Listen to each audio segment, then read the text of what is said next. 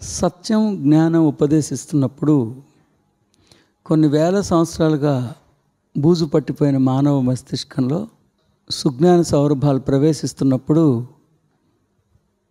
ఎన్నో ఇబ్బందులు ఎదురీతులు రావటం సహజం. కొంచెం సాంకేతికత ఇవాళ మన ఇబ్బంది పెడతా ఉంది. అయినా సరే సాధకుల్లో నేర్చుకోవాలన్న కృతనిశ్చయం, గురువులో ఉపదేశించాలన్న ఒక కృతనిశ్చయం ఉన్నప్పుడు సత్యం ముందు సాంకేతికత తోక ముడుచుకుని వెళ్ళిపోవాల్సిందే అన్న చందంగా మీరు కంకణబద్ధులై ఉండండి. నేను కూడా అంతే నిబద్ధతతో శివ సాక్షాత్కారాన్ని మీకు అందివ్వటానికి ప్రయత్నిస్తాను. ఇందాక మన మొదటి పంక్తికి అంతరార్థాన్ని ఉపదేశించడం జరిగింది. శ్రీరామచంద్రుడు ముఖారవిందం నుండి జాలువారిన ప్రతి సుశబ్దం, ప్రతి సుశబ్ద శిల్పం ఓ మంత్రాత్మకమైన మహోన్నతమైన విద్యని, శ్లోకశోభితమైన విద్యనని మీ అందరికీ తెలుసు. ఎత్తుగడలోనే ఈ జన్మలో ఎన్ని ఘన విజయాలు సాధించినా ఆ ఘన విజయాలు ఏవి ఆధ్యాత్మికతలో ధార్మికమైన దర్శనాన్ని నోచుకోలేవు. అన్ని జన్మల్లో ఎంత అద్భుతమైన జన్మలు మీరు ఇప్పటికే సఫలీకృతంగా జన్మించినా మీ ఆధ్యాత్మికత యొక్క దృక్కోణంలోంచి వాటిని విశ్లేషిస్తే వాటి వేటికి ఓ సార్థకత ఉండనే ఉండదు అని గురువరేణ్యుడు ఉపదేశించి, ఎప్పుడైతే ఓ మానవుడు సాధకుడిగా మారి సాధకుడు బాహ్యోన్ముఖుడి నుంచి అంతర్ముఖుడై, బాహ్యోన్ముఖుడి నుంచి శివోన్ముఖుడై తన హృదయాంతరంగంలో సజీవంగా ఉన్న మహాశివుడి యొక్క అస్తిత్వాన్ని ఆవిష్కరించగలుగుతాడో, అత్యంత నిగూఢమైన శివతత్వాన్ని తన మానసిక మస్తిష్క శారీరక క్షేత్రాల ద్వారా అభివ్యక్తీకరించని ఆరంభిస్తాడో, ఎప్పుడైతే మానవత్వం యొక్క కోణంలోంచి దివ్యత్వాన్ని అన్వేషించడానికి స్వస్తి పలికి తాను దైవాన్నేనని గుర్తెరిగి దివ్యత్వం యొక్క కోణంలో తనలోని మానవత్వాన్ని అధ్యయనం చేయని ఆరంభిస్తాడో, ఆ నేపథ్యంలో ఎన్ని కష్టాలు వచ్చినా, ఎన్ని ఎదురీతలు వచ్చినా, ఎన్ని అవమానాలు వచ్చినా పిడికిలు బిగించి ఒక ధృతితో, దృఢ సంకల్పంతో తన ఆధ్యాత్మిక లక్ష్యం దిశగా సాగిపోతాడో, అలాంటి కంకణబద్ధుడు తటస్థపడినప్పుడు, అలాంటి యోగీశ్వరుడు అరుదించినప్పుడు ఆ యోగీశ్వరుడి యొక్క కృత నిశ్చయాన్ని, పట్టుదలని కంకణబద్ధుడై యత్నిస్తున్న అతడి యత్నాన్ని చూసి మొదటిగా మీలో ఉన్న మహాశివుడు, ఆ తర్వాత మీలోని అధిష్టానమైన పురుషోత్తముడు, ఆ తర్వాత చిట్ట చివరికి మీ పదార్థానికి సంబంధించిన భౌతికమైన శరీరం సైతం ఆ బ్రహ్మానంద పారవశ్యాన్ని రుచి చూస్తుంది, చవి చూస్తుంది, ఆ మహోత్సవంలో పాల్గొంటుంది. రామ్ధాని అయిన నేను ఎన్నో ప్రయత్నాలు చేసి, ఎన్నో జన్మలు నిరీక్షించి ఈ శుభ సమయం కోసం ఎదురు చూసి సరి అయిన సత్యాన్ని సరి అయిన రీతిలో, సరి అయిన సమయంలో, సరి అయిన పాళ్ళల్లో మీకు అందివ్వటానికి ఇన్ని వేల సంవత్సరాలు నిరీక్షించి అత్యంత నిగూఢమైన సత్యాన్ని ఓ వినూతనమైన ప్రక్రియ ద్వారా నేను ఉపదేశించినప్పటికీ ఈసారి కూడా ఎప్పటిలాగానే మీ మానవత్వానికి, భౌతికానికి సంబంధించిన కుంటి సాకులతో అందవచ్చిన ఈ అవకాశాన్ని కూడా చేతులారా చేజార్చుకుంటే మిమ్మల్ని ప్రేమిస్తున్న ఈ ప్రేమికుడు ఏం చేయగలడు? ఆ ప్రేమికుడి కంటి వెంట ఓ కన్నీటి ధారగా కార్చడం తప్ప ఏం చేయగలుగుతాను? విద్వాంసుడు మీకు అందుబాటులోకి వస్తే, విద్వాంసుడిని మీరు విధ్వంసం చేస్తే ఆ విద్వాంసుడు కంటి వెంట విషాదం కాక ఇంకేం వస్తుంది అన్న సూటి ప్రశ్న అడిగాడు. ఆయన ప్రేమ ఏంటంటే అప్పుడు కూడా మనని శంకించట్లా, అప్పుడు కూడా మనని నిందించట్లా, అప్పుడు కూడా మనని తప్పు పట్టట్లా, కానీ మన చేతకానితనానికి జస్ట్ ఓ తల్లి తన బిడ్డకి అన్ని రుచికరమైన పదార్థాలు వండి పెట్టినప్పటికీ బిడ్డ ఇతరోత్తర కారణాల వలన ఆ రుచికరమైన ఆహారాన్ని త్యజిస్తే తెల్లెలా అయితే కంటి వెంట నీటి ధార కారుతుందో అలా గురువరేణ్యుడికి ఒక ఆ విద్వాంసుడికి విషాదం వస్తుందని చెప్పాడు. ఇది ఇప్పటిదాకా మనం తెలుసుకున్నది. దాని కంటిన్యూయేషన్లో ఏముందంటే, well let us begin this fine morning's teaching a lesson that we will not regard it as truth, but we will regard it as a philosophy. Then when we are finished with this lesson, we'll come to some suppositions in regard to it. But along the way, we will become apparent to many of you sitting in this audience is, if you are peppered with this teaching, is that it will start to strike chords within you, and the chords will be a harmonic. అంటే ఇంత నిగూఢమైన సత్యాన్ని ఇంత వినూతనమైన పద్ధతిలో ఉపదేశించని ఆరంభించినప్పుడు సాధకుడు ఈ సత్య సౌరభాలని అంతగా ఆఘ్రాణించలేడు. అతడి హేతుబద్ధమైన ఆలోచన సంవిధానం ఈ సత్యాన్ని జీర్ణించుకోలేకపోవచ్చు. అతడి మానవ మేధస్సు ఇప్పటికే ఇంద్రియాలతో ధృవీకరించిన అంశాల యొక్క అస్తిత్వాన్ని మాత్రమే పరిగణించడానికి అలవాటు పడిపోయింది.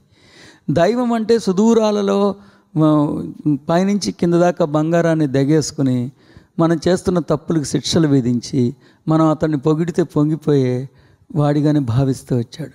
దైవాన్ని అన్యభావుకతతోనే దర్శించాడు, కానీ అనన్య భావుకతో దర్శించడంలో ఘోరంగా విఫలమయ్యాడు. అసలే కోతి పైపెచ్చు కళ్ళు తాగిందన్న చందంగా అతలే మానవుడు పైపెచ్చు మతం యొక్క మూర్ఖత్వంలో పీకల దాకా కూరుకుపోయాడు. లోపల అసురుల సమూహమైన సమాజం, వీళ్ళకి వత్తాసు పలికే మతం, భౌతికమైన ప్రపంచం, సాంకేతిక పరిజ్ఞానం, అతడి భౌతికమైన అంశాల పట్ల మితిమీరిన ప్రాధాన్యతలు వెరసి ఇవన్నీ మానవ మస్తిష్కాన్ని అతలాకుతలం చేసేసింది. ఇంత అద్భుతమైన సత్యాన్ని ఉపదేశిస్తే జీర్ణించుకోగలిగే సామర్థ్యం మానవ మస్తిష్కానికి లోపించింది. హేతుబద్ధమైన ఆలోచన సంవిధానం ఈ పరమ సత్యాన్ని నిర్దాక్షిణ్యంగా నిరాకరించే అవకాశం ఉంది. కాబట్టి ఓ పని చేయండి, మొదటిగా దీన్ని సత్యంగా మీరు భావించద్దు. మొదటిగా దీన్ని యథార్థంగా మీరేమీ భావించక్కల్లా. ఏదో అనేక వేదాంతాలు విన్నారు, అనేక సిద్ధాంతాలు మీరు ఇప్పటికైతే మేమే వచ్చారు. దీన్ని కూడా అలాంటి సిద్ధాంతంగా భావించండి, దీన్ని కూడా అలాంటిది ఒక వేదాంతంగా భావించండి, దీన్ని కూడా ఒక పురాణంగా భావించండి.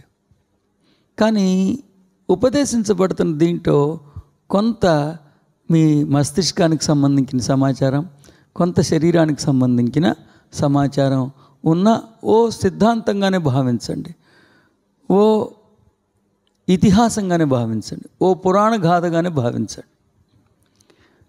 కాకపోతే ఒక్కటి, ఇంత అద్భుతమైన ఈ సత్య సౌరభాలని, అమృతోపానమైన ఈ విద్యని, ఈ జ్ఞానామృతాన్ని మీరు నిర్దాక్షిణ్యంగా నిరాకరించకుండా ఉంచగలిగితే, మీ అంతరంగ ఆవరణలోకి ఈ సత్యాన్ని స్వాగతించగలిగితే, మీ మస్తిష్కంలోకి ఈ జ్ఞానగంగ తరంగ మృదంగాలు ప్రతిధ్వనించని ఆరంభిస్తే, ఈ జ్ఞానామృతం మీ మస్తకాలయంలో ప్రవేశించగలిగి మీ మస్తకాన్ని అభిషేకించగలిగితే,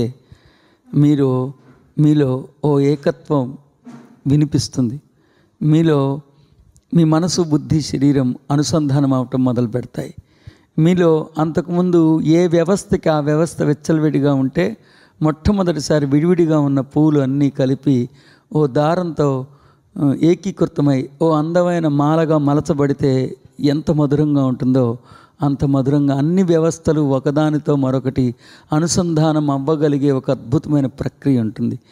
7 స్వరాలు విభిన్నంగా ఉన్న స్వరాలు, 7 స్వరాలు శృతి కలిపితే ఎంత మాధుర్యం వినవస్తుందో, ఎంత శ్రావ్య మనోహరంగా ఉంటుందో. మొట్టమొదటిసారి అలాంటి శ్రావ్యమైన ఏకత్వాన్ని మీరు అనుభూతి చెందన ఆరంభిస్తారు. ఏంటి, మొదట్లో మీరు నమ్మక్కల్లా, మీరు దీన్ని అంగీకరించక్కల్లా, మీరు ఆమోదించక్కల్లా. మీ హేతుబద్ధమైన ఆలోచన సంవిధానం దీన్ని నిరాకరించకుండా చూసుకోండి. ఈ జ్ఞాన గంగ మీ మస్తిష్కంలోకి ప్రవేశించేటట్లుగా ఏర్పాటు చేసుకోండి. మీ తెలివితేటలు ఈ జ్ఞానగంగకి ఆనకట్ట కట్టి అడ్డుపడిపోకుండా చూసుకోండి. ఈ జ్ఞానగంగని ప్రవేశించనియండి, ప్రవహించనియండి. క్రమేపీ ఈ జ్ఞానం మీ మస్తిష్కంలోకి ప్రవేశించిన తర్వాత మొట్టమొదటిసారి మీరు ఒక ఏకీకృతం అయిన స్థితిని గమనిస్తారు.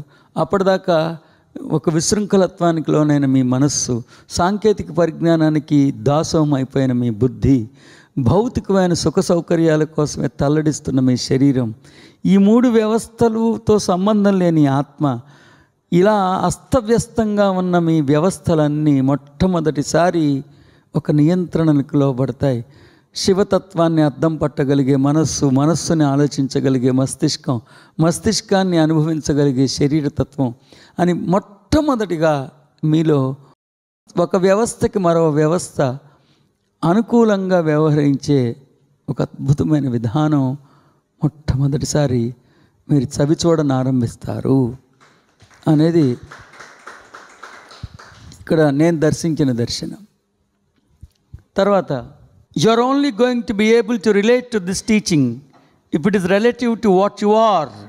The resonant frequency of the teaching will be harmonic to you, and you'll say, this exactly explains me, this is what I am doing. If this does not resonate a harmonic with you, it is either because you are not listening, either because you are prideful, or you are not humble, or you simply can't hear. I will give you room to have excuses. చూసారా ఆయన తపన, ఆయన సత్యం మీద వారికి ఉండే విశ్వాసం, సత్యం మీద వారికి ఉండే విశ్వాసం. ఎంత కఠినమైన మందహాధికారినైనా, కఠినమైన మతపరమైన ఛాందసాలతో నిండి ఉన్నవాడైనా సరే ఈ సత్య సౌరభాలను ఆగ్రహించడం ఆరంభిస్తే, అమృతోపమానమైన ఈ విద్యని శ్రవణం చేయని ఆరంభిస్తే ఖచ్చితంగా అతడి ఆలోచన సంవిధానం సంస్కరింపబడుతుంది. ఖచ్చితంగా అతడి శివాలయంలో మహాశివుడు, హృదయంగా పిలువబడుతున్న అతడి శివాలయంలో మహాశివుడు మరొకసారి ప్రతిష్ఠింపబడటం జరుగుతుంది. ఇది జరిగి తీరుతుంది, ఇందులో ఏ సందేహం లేదు. మీరు ఈ సత్య సౌరభాలని మీ మస్తిష్కంలోకి ప్రవేశించడానికి అంగీకరించని ఆరంభించినంత మాత్రాన ఈ జ్ఞాన గంగని, ఈ అమృతోపానమైన ఆధ్యాత్మ శాస్త్రాన్ని మీ దృక్కోణాలోచన సంవిధానంలోకి ప్రవేశించడానికి మీరు ఆనతనిచ్చినంత మాత్రాన మీ లోపలికి ప్రవేశించిన ఈ విద్య ఖచ్చితంగా మిమ్మల్ని సంస్కరించి తీరుతుంది. నిస్సందేహంగా ఈ పరిమళాలు మీలో స్ఫురించని ఆరంభిస్తాయన్న అంశమే నాకు అయితే దర్శనమిస్తుంది. ఏమంటున్నారు ఆయన? You are only going to be able to relate to this teaching if it is relative to what you are.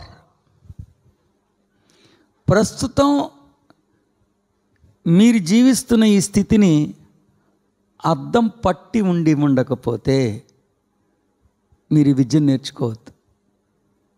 మీకు ఎక్కడో అక్కడ ఇది నా గురించే చెప్పబడుతున్నది, ఇది సరిగ్గా నా ఆత్మకథ, సరిగ్గా ప్రత్యేకించి ఈ విద్య నా కోసమే చెప్పబడుతుంది, ఉచ్చరింపబడుతున్న ప్రతి శబ్దానికి నాకు సంబంధం ఉన్నది, ఇది ఆత్మకథ కాదు, ఇది నా ఆత్మకథ, ఇది నా గురించే చెప్పబడింది, దీనికోసమే నేను ఎప్పటి నుంచో నిరీక్షిస్తున్నా.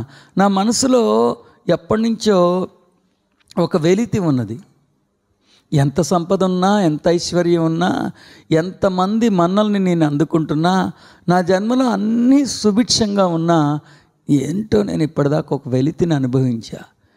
ఈ వెలితి ఇది లేకపోవటం వల్లనే, దీనికోసమే నేను తెలియకుండా నిరీక్షిస్తున్నాను, ఇది నా గురించే చెప్పబడుతుంది, అబ్బా సరిగ్గా దీనికోసమే ఇన్నాడు నేను నిరీక్షిస్తున్నాను అన్న ఒక భావన మీలో స్ఫురించకపోతే మీరు ఈ విద్యని ఇంకా కొనసాగించద్దు, ఈ విద్యని మీరు నేర్చుకోవద్దు.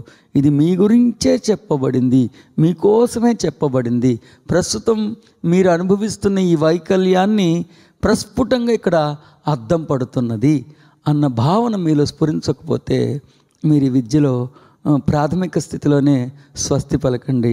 పట్టభద్రులు అవటానికి ప్రయత్నించద్దు, ప్రాథమిక దశలోనే స్వస్తి పలకండి అంటున్నారు. You are only going to be able to relate to this teaching if it is relative to what you are. The resonant frequency of the teaching will be a harmonic to you, and you will say that explains me exactly, that is what I am doing. If this does not resonate a harmonic within you, it is either because you are not listening, or you are prideful, or you are not humble, or simply you can't hear. మీలో ఈ సుజ్ఞాన సౌరభాలు మీరు శ్రవణం చేస్తున్నప్పుడు, ఈ శివ సంకీర్తనల ఝరిని మీరు శ్రవణ మనోహరంగా, శ్రవణ భక్తితో, శ్రవణాలంకృతంగా మీరు శ్రవణం చేస్తున్నప్పుడు మీలో సరిగ్గా ఈ సత్యం కోసమే ఇన్ని వేల జన్మలుగా నేను నిరీక్షిస్తున్నాను. సరిగ్గా ఇది ఆత్మకథ కాదు, నా ఆత్మకథాసుధ, ఇది నా గురించే చెప్పబడుతున్నది. భౌతికంలో ఇన్నున్నా, ఇన్ని జన్మలుగా ఏ సత్య రాహిత్యం వలన, ఏ జ్ఞాన శూన్యత వలన నేను ఈ వైకల్యానికి లోనయ్యానో, మొట్టమొదటిసారి ఆ సుజ్ఞానం నేను శ్రవణం చేస్తున్నా. మొట్టమొదటిసారి నా వైకల్యం, నా వైఫల్యాలన్నీ పోయి ఓ సత్య సౌరభాన్ని నేను ఆగ్రహించబోతున్నాను. ఇన్నాళ్ళు నేను పడిస్తున్న మానసిక అవస్థలన్నిటినీ ఈ సత్యం ప్రస్ఫుటంగా అర్థం పడుతుంది. ఇది నా గురించే చెప్పబడుతుంది అన్న భావన ఒకవేళ మీలో స్ఫురించలేకపోతే దానికి కారణం ఏదై ఉంటుందంటే, ఖచ్చితంగా దానికి కారణం ఏదై ఉంటుందంటే,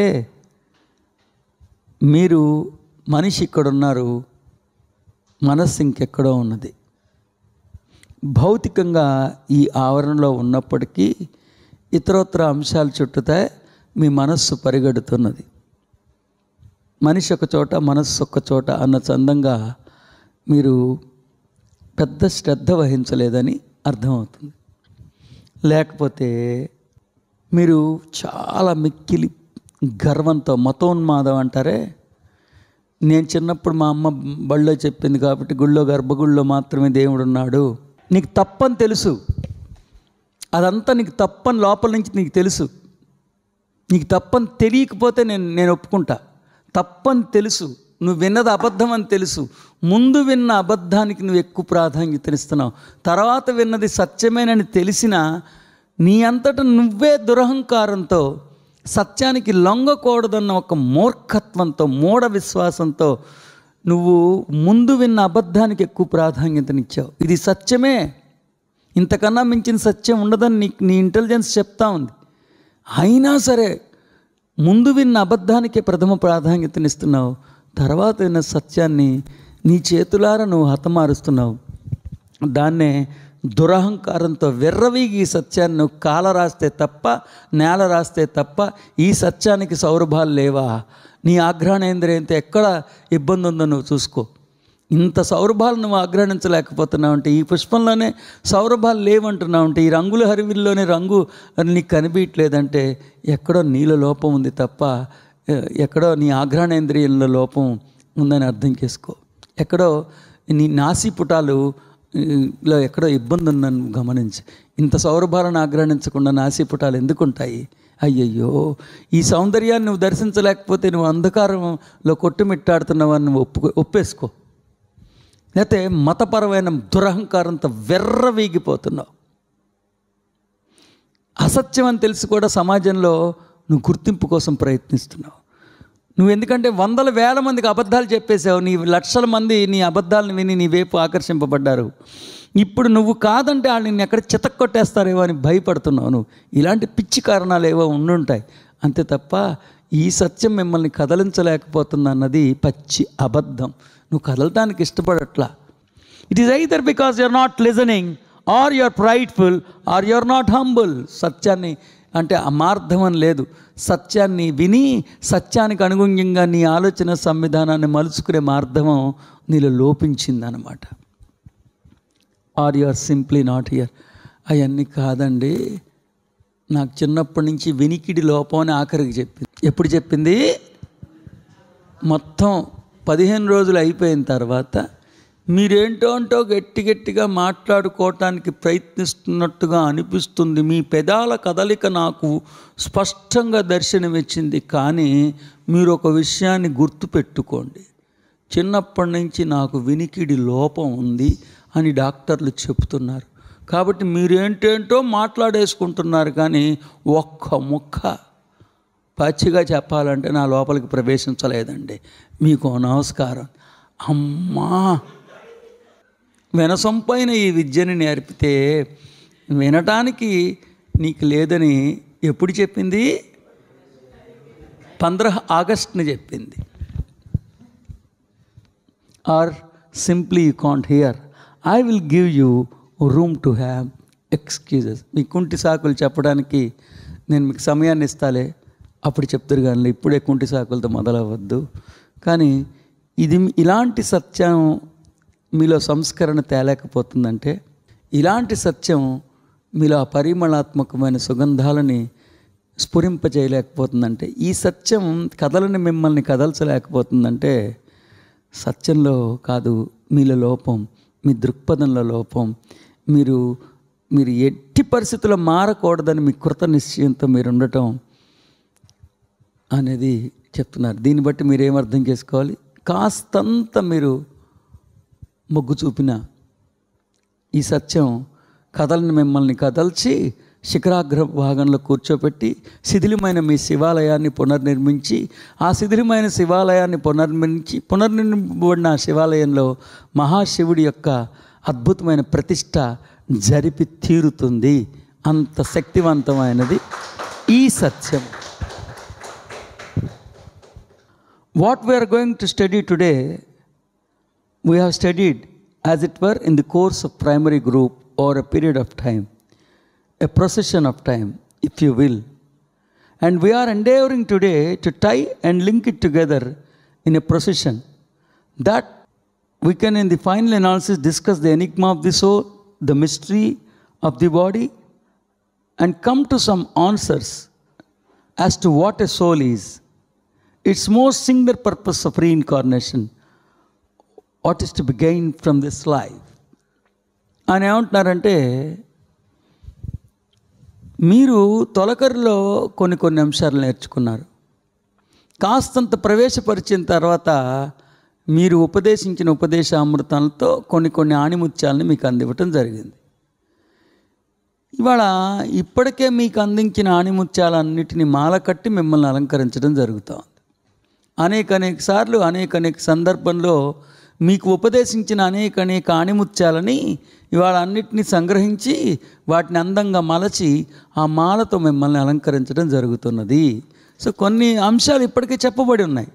అదే ఆయన what we are going to study today, we have studied, already కొన్ని నేర్చుకున్నాం. As it were in the course of primary group over a period of time. మీరు ప్రాథమిక దశలో ఉన్నప్పుడు కొంత సుజ్ఞానం మీకు ఉపదేశించడం జరిగింది. ఈ జ్ఞానం యొక్క ఆణిముత్యాలను మీకు ఇప్పటికే అందివ్వటం జరిగింది. Over a procession of time, ఈ సుదీర్ఘ కాలంలో కొంత మీకు ఉపదేశించడం జరిగింది. కొన్ని ఆణిముత్యాలు ఇప్పటికే మీ వద్ద ఉన్నాయి. And we're endeavouring today to tie and link it together in a procession.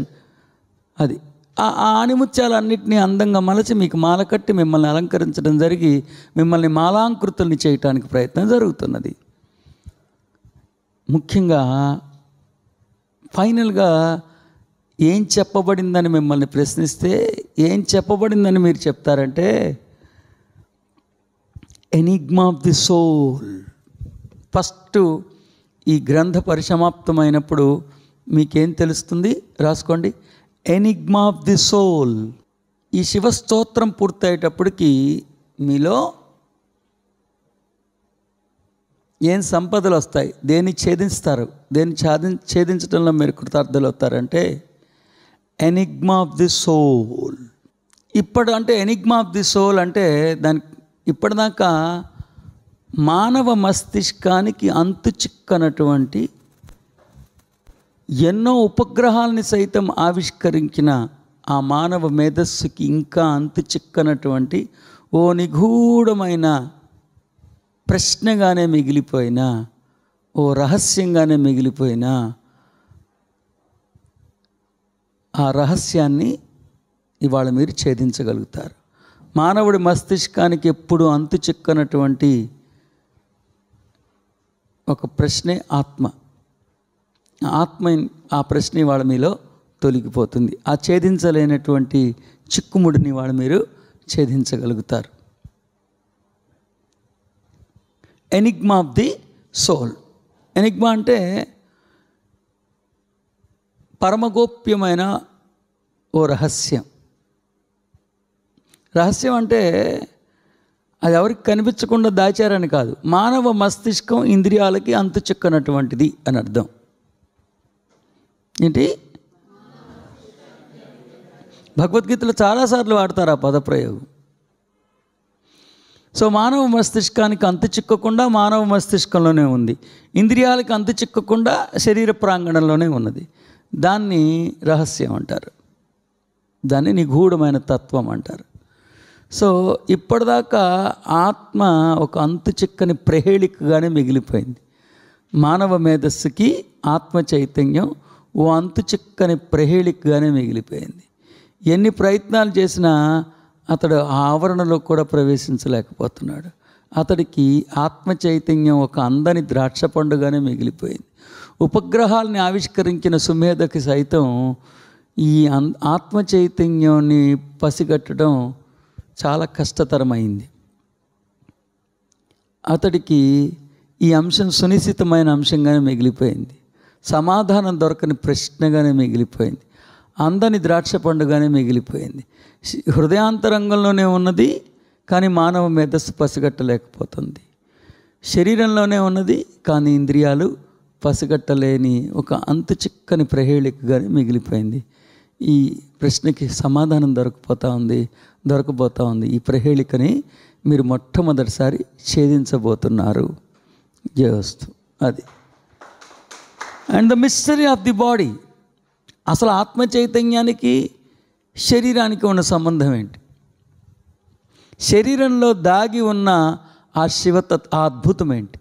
అతి సాధారణమైన ఈ పదార్థ రూప శరీరంలో పంచభూతాలతో పరిణితమైన ఈ పాంచభౌతికమైన దేహం పంచభూతాత్మకమైన పదార్థ రూప జగత్తులో కొట్టుమిట్టాడుతుందే. ఆ దేహంలో ఉన్న అద్భుతం ఏంటి? ఆ దేహంలో జీవిస్తున్న వారెవరు? మానవ మస్తిష్కానికి అంతు చిక్కకుండా మానవ దేహంలో సజీవంగానే ఉన్న ఆ సుమేధ ఎవరు అన్న అంశం మీకు అంతు చిక్కబోతున్నది. And come to some answers what exactly a soul is. ఇప్పటిదాకా ఆత్మ అంటే ఏంటో మీకు అర్థం అలా. ఇప్పుడు మీకేం తెలుస్తుంది? First enigma of the soul, రెండోది mystery of the embodiment. First ఏంటి? Enigma of the soul. ఆత్మ చైతన్యంగా పిలువబడుతున్న ప్రహేళికని మీరు మొట్టమొదటిసారి ఛేదించగలుగుతారు. పంచభూతాలు. రెండోదేంటి? Mystery of the embodiment. పంచభూతాలతో పరినిర్మితమైన ఈ పాంచభౌతిక దేహం పంచభూతాత్మకమైన పదార్థ రూప జగత్తులో ఉన్నదే. ఈ దేహంలో నివసిస్తున్న వారెవరు? ఈ దేహం ఎవరికి ఆరామంగా నిలిచింది? ఏంటి మానవుని శరీరంలో మానవుడు ఛేదించలేనటువంటి ఆ రహస్యం, అత్యంత గోప్యమైన ఆ రహస్యం. And come to some answers. మీకు కొన్ని అంశాల మీద సమగ్రమైన అవగాహన వచ్చేస్తాయంట. ఫస్ట్ ఏంటి? What a soul is. ఆత్మ అంటే నిజానికి ఆత్మ యొక్క అసలైన అంతరార్థమేమిటి అది అర్థమైపోతుంది మీకు. ఏంటి?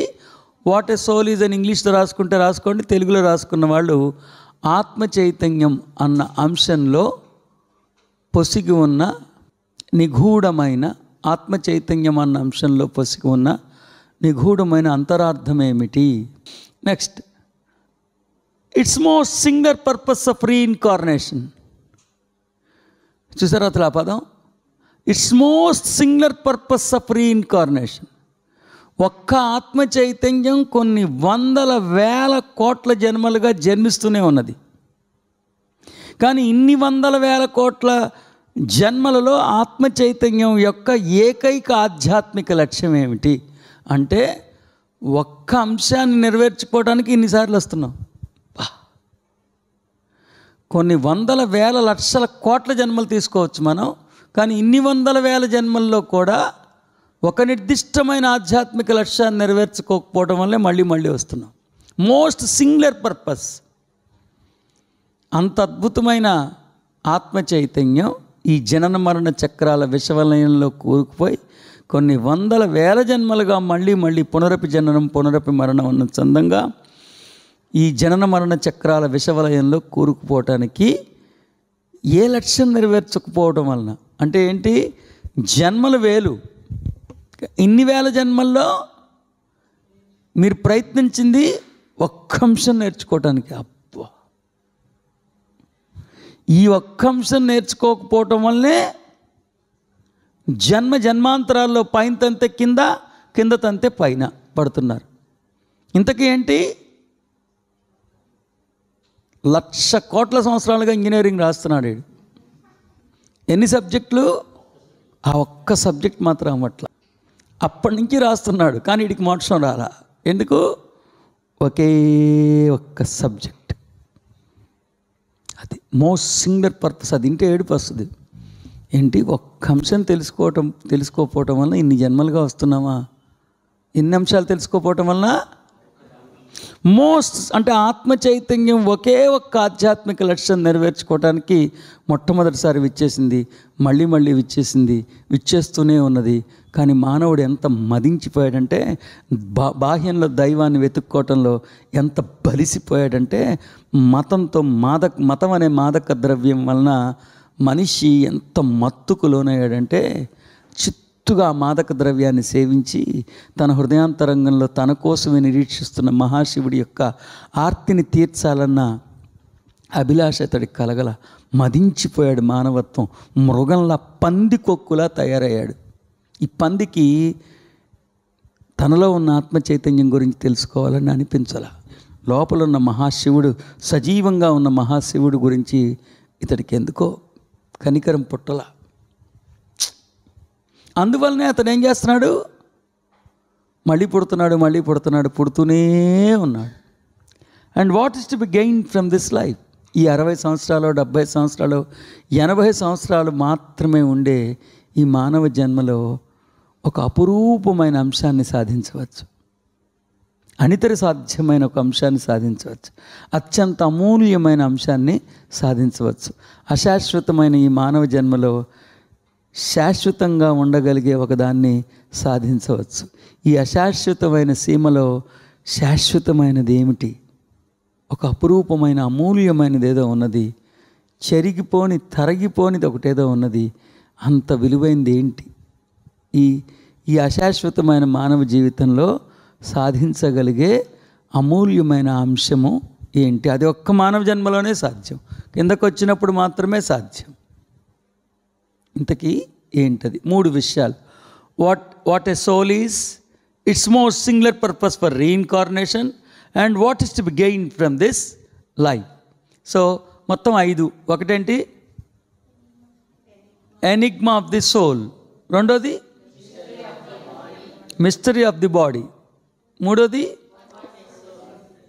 What a soul is. నాలుగోది most singular purpose of reincarnation. ఐదోది what is to be gain from this embodiment. Yes, మీరు ఆలోచించండి. ఇన్ని వందల వేల జన్మలుగా ఒక్క ఆధ్యాత్మిక లక్ష్యాన్ని నెరవేర్చుకోకపోవడం వల్లనే మళ్ళీ మళ్ళీ వస్తున్నాం. బాధగా ఉండదా? అంటే ఒక్కొక్క జన్మలో ఒక్కొక్క ఆత్మ చైతన్యం, ఒక్కొక్క జన్మలో మీరు వినండి, ఒక్క ఆత్మ చైతన్యం ఎన్ని వందల వేల సార్లు ఈ భూతలానికి విచ్చేసినా భూతలానికి విచ్చేయటానికి దాగి ఉన్నది ఒక్క లక్ష్యమే. ఎన్ని వందల వేల కోట్ల ఆత్మ చైతన్యాలు భూతలానికి విచ్చేస్తున్నా అన్ని వందల వేల కోట్ల ఆత్మ చైతన్యాలు సాధించడానికి ప్రయత్నిస్తున్నది ఒక్క లక్ష్యమే. నమ్మరా? అర్థమైందా? ఒకడే 10th బోర్డు వచ్చినప్పటి నుంచి రాస్తున్నాడు. ఆడు ఎన్నిసార్లు రాసినా ఆడ లక్ష్యం ఏంటి? 10th పాస్ అవ్వడానికి. ఉభయ తెలుగు రాష్ట్రాల్లో ఎన్ని లక్షల వేల కోట్ల మంది 10th రాస్తున్న వాళ్ళ లక్ష్యం ఏంటి? ఒక్కటే. సో ఆత్మ చైతన్యం దేహదారి అయి భూతలానికి విచ్చేయటానికి వెనక దాగి ఉన్నది ఒక్క లక్ష్యమే. ఒక్క ఆత్మ చైతన్యం ఎన్ని వందల వేల సార్లు భూతలానికి విచ్చేసినా అన్ని వందల వేల సార్లు ఆత్మ చైతన్యం యొక్క లక్ష్యం ఒక్కటే. ఎన్ని వందల వేల కోట్ల ఆత్మ చైతన్యాలు భూతలానికి విచ్చేస్తున్నా అన్ని వందల వేల కోట్ల ఆత్మ చైతన్యాల యొక్క లక్ష్యం ఒక్కటే. అదేంటో దీంట్లో తెలిసిపోతుంది. అది నిజానికి ఈ పాటికే ఫుల్ఫిల్ అయిపోయింది. తన హృదయాంతరంగంలో ఉన్న మహాశివుడు సజీవంగా ఉన్నాడని గుర్తెరగని ఆరంభించినప్పటి నుంచి అప్పటి నుంచి అయిపోతుంది. మయ్యాశక్త మన అన్నప్పుడు యుంజన్, నెక్స్ట్ వాక్యంలోనే యుంజన్ అనేది స్టార్ట్ అయిపోతుంది. ఎందుకంటే తన హృదయాంతరంగంలో మహాశివుడు ఉన్నాడని గుర్తెరగటం ఒక్కటే జీవాత్మ చేయాల్సింది. అక్కడి నుంచి మహాశివుడే కథని సుఖాంతం చేస్తాడు.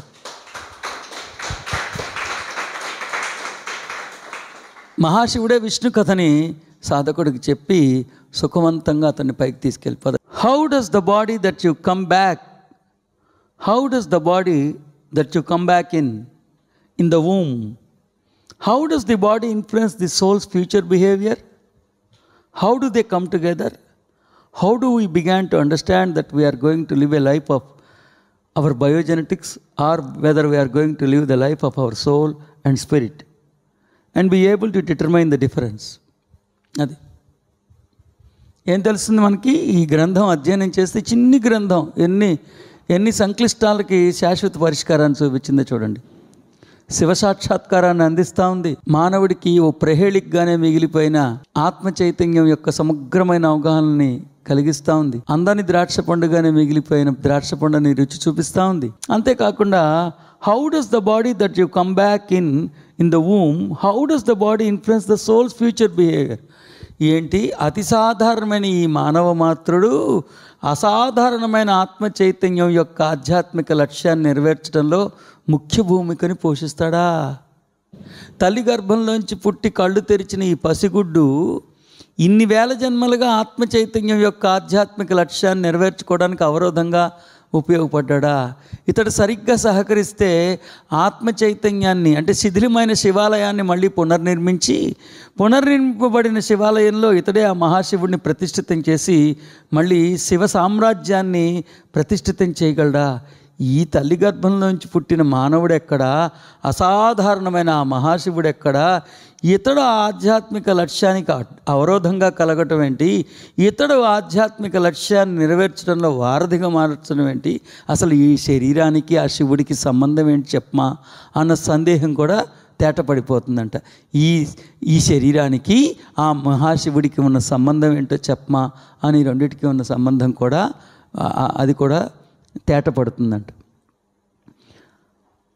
అసలు ఆ శివుడు, ఈ శివతత్వం, ఈ శరీరతత్వం ఆ శివతత్వం అనుసంధానం అవటం ఏంటి?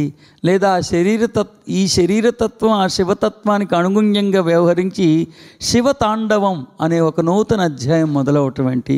అంటే శివుడి ఆజ్ఞానుసారం మనసు, బుద్ధి, శరీరం తదనుగుణ్యంగా వ్యవహరించను ఆరంభిస్తే అది శివతాండవం మొదలవుతుంది. ఆ మహాశివుడు ఎక్కడా? ఈ శరీరం ఎక్కడా? శివునికి అనుగుణ్యంగా శరీరం వ్యవహరించను ఆరంభించడం ఏంటి? అది కూడా మీకు అర్థమైపోతుంది. శివుడి ఆజ్ఞానుసారం శరీరం వ్యవహరించడం అనే ఒక నూతన అధ్యాయం మీలో మొదలవ్వబోతున్నది. ఇంకేమన్నారు? మీకు ఇంకోటి కూడా తెలిసిపోతుంది. నేను how do we began to understand whether we are living a life of our biogenetics or we are living a life of our soul and spirit. నేను కనీసం ఇన్ని వందల వేల జన్మలు అయిపోయిన తర్వాత ఓ గురువరేణ్యుడు ఆవరణలోకి ప్రవేశించిన తర్వాత ఎప్పటిలా ఈ జన్మ కూడా అతి సాధారణమైన భౌతిక లక్ష్యాల కోసమే జీవిస్తున్నానా? ఓ పశువుగానే జీవిస్తున్నానా? ఈ భౌతికమైన లక్ష్యాల కోసమే జీవిస్తున్నానా? లేదు, ఈసారి నా ఆత్మ యొక్క ఆర్తిని పూర్తిగా నెరవేర్చుకోవడానికి దోహదపడే జీవితాన్ని జీవిస్తున్నానా? ఈసారి కూడా నేను భౌతికవాదిగానే జీవిస్తున్నానా? కనీసం ఈసారైనా ఒక ఆధ్యాత్మికవాదిగా జీవిస్తున్నానా? ఈసారి కూడా నా అసురుడి యొక్క దర్శకత్వంలోనే నేను నృత్యం చేస్తున్నానా? కనీసం ఈసారైనా మహాశివుడి యొక్క అభిష్టానుసారం, ఆజ్ఞానుసారం అతడి కోసం నేను జీవిస్తున్నానా? కనీసం ఈ జన్మైనా అన్ని జన్మల్లో ఎప్పటిలా అందరిలా ఈ జన్మ కూడా ఓ భౌతికవాదిగానే నేను మిగిలిపోయినా కనీసం ఈసారైనా సరే ఆ సాంఖ్య శంఖారావాలని స్ఫురించిన ఆ సాంఖ్య శంఖారావాలని శ్రవణం చేసి నాలో ఆధ్యాత్మిక స్ఫూర్తి రగిలిందా? కనీసం ఈసారైనా మహాశివుడి యొక్క సంకల్పమే నా సంకల్పం, శివ సంకల్పమే నా సంకల్పం, ఈసారి నేను జీవించే ప్రతి జీవితం, శ్వాసించే ప్రతి శ్వాస ఆ మహాశివుడి కోసమే అన్న చందంగా నువ్వు జీవిస్తున్నావా?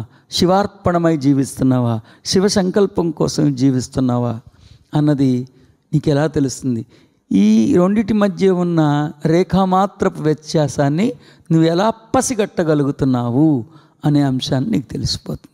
ఎప్పటిలా అందరిలా ఈసారి కూడా ఆ 200 గజాల బిట్టు కోసమో, ఆ శివాలయంలో దర్శనం కోసమో, శివాలయంలో ప్రసాదం కోసమో, చెప్పులు కొట్టేయటం కోసమో, వీటి కోసమే నువ్వు జీవిస్తున్నావా, నిజంగా శివుడి కోసం నువ్వు జీవిస్తున్నావా అనేది ఈసారి నీకు అర్థమైపోతుంది. ఈ భౌతికమైన జీవితానికి, ఆధ్యాత్మికమైన జీవితానికి మధ్య రేఖామాత్రపు వ్యత్యాసం ఉన్నది.